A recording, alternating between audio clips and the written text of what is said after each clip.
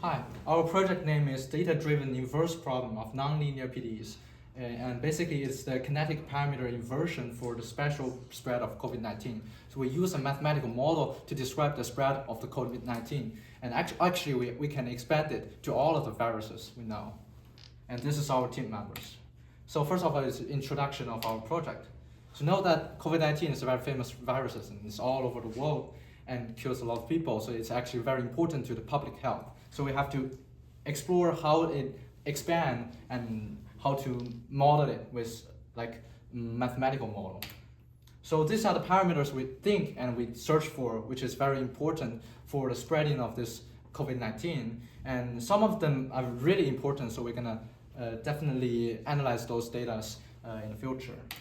So now this is our destination. So we want to use our data or analysis on these parameters and plug in to our mathematical model and also the initial conditions and boundary conditions of the model to get the spreading of the viruses and also the number of people who will get these viruses via time. And this is very important for like government because they want to make policies based on this data.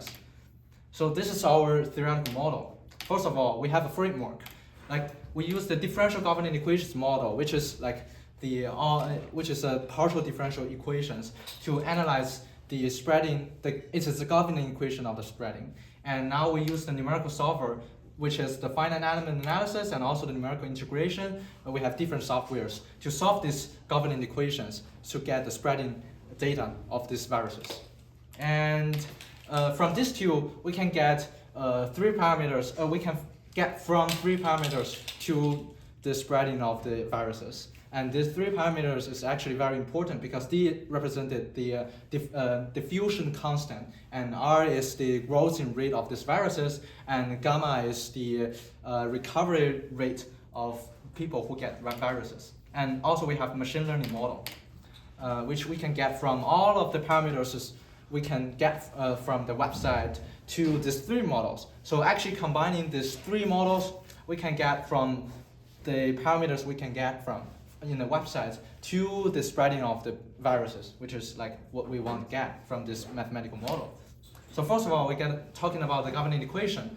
We have the diffusion equation representing the random walk of viruses because you know the viruses can move to the left or right randomly. So it is a random walk. And we have a non-conservative term, which is like a logistic curve because we think like the viruses will self-generation themselves. So actually it is not conserved. And the curl of this term is actually not zero. And the recovery term is like some people will recover from the viruses. So this recovery term just representing the recovery of these people. And the superposition, because we know that U is equals to the linear combination of these three U. So we just have this final equation. That's the governing equation of our mathematical model. It's the governing equation of the spreading of viruses. So now we have actually an analytical solution for this equation. And this is only one analytical solutions, and other constant or at other situation you don't have analytical solutions.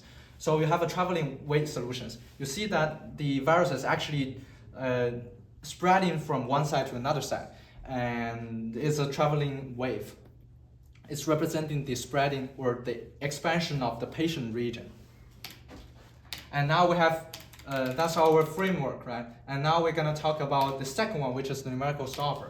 And we use the COMSOL and Rust as the finite element analysis software, and we use the COMSOL multiphysics and the NDissolve program for the numerical integration, so we can get the spreading of the viruses, those data, by generating these like programs. And now we have our final model, which is the machine learning model. Yeah, the machine learning model, the random forest is a nonlinear machine learning model that separates that do several different trees to aggregate the result by voting and averaging, so that like the result will be more accurate and stable. Yeah, that's all our mathematical model, and now we have some solutions for that model. First of all, we have to analyze this model. This is the linear stability analysis, and we find that find out that like actually it will always stable and will always smooth out for the match.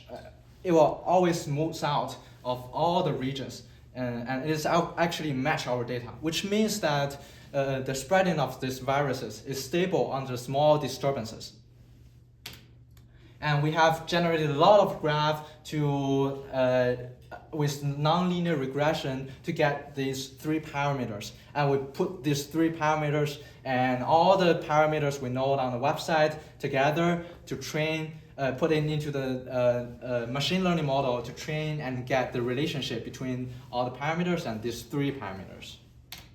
And this is actually our result. So after training with the random forest model, hospital, so we have this graph, which is the influences of each parameters on the spreading of the viruses. And we know that hospital beds per capita is the most important parameters we know because it representing the ability of a country to recover the patient. And we have like case fatality rate and internet penetration and like density factor or mobility connectivity and population density. These are all very important parameters. And thanks for listening. That's